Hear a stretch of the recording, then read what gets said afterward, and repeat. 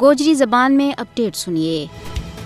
تحریک آزادی کشمیر ایسا بے شمار دلدوز اور دل خراش سانحات نال بھری ہوئی ہے جن میں بھارتی غاصب فوج نے نہ صرف بستیاں کی بستیاں نہ تخت و تاراج کیو بلکہ اوت کا بسنیکا نہ خاک و خون ماں غلطاں کیو۔ ویسے تو 4 مہینوں ہی کشمیریاں ور قیامت صغرا لے کے آئے ہے، لیکن جنوری کا مہینہ نہ کشمیر کی تاریخ ماں لو رنگ مہینہ کے نال یاد کیو جائے۔ اس مہینہ میں کئی سانحات برپا ہوا جنہ میں سانحہ ہندواڑہ، سانحہ کپواڑہ اور سانحہ سوپور شامل ہیں۔ سانحہ سوپور وہ سانے ہیں جب سن 1993 میں غاصب بھارتی فوج نے ناکردہ گناہوں کی پاداش میں نہ صرف سوپور شہر نہ ساڑ کے سواگا کا ٹیر میں تبدیل کیو بلکہ 60 حریت پسندہ نہ ساڑ کے شہید کر دیتو گیو۔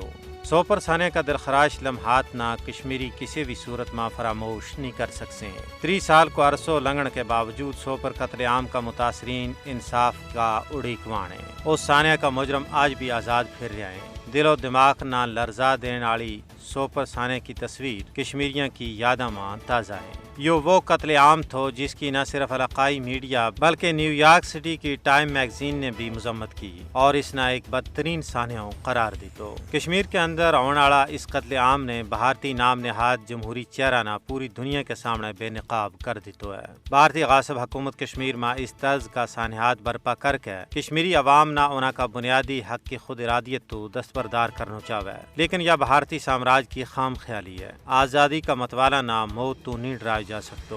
کشمیری غیور آزادی پسند عوام بے پناہ مظالم کے باوجود ہر صبح و شام اس عزم کو یادو کر رہے ہیں کہ حصول مقصد تک یا مقدس جد و جہد جاری و ساری رہے گی۔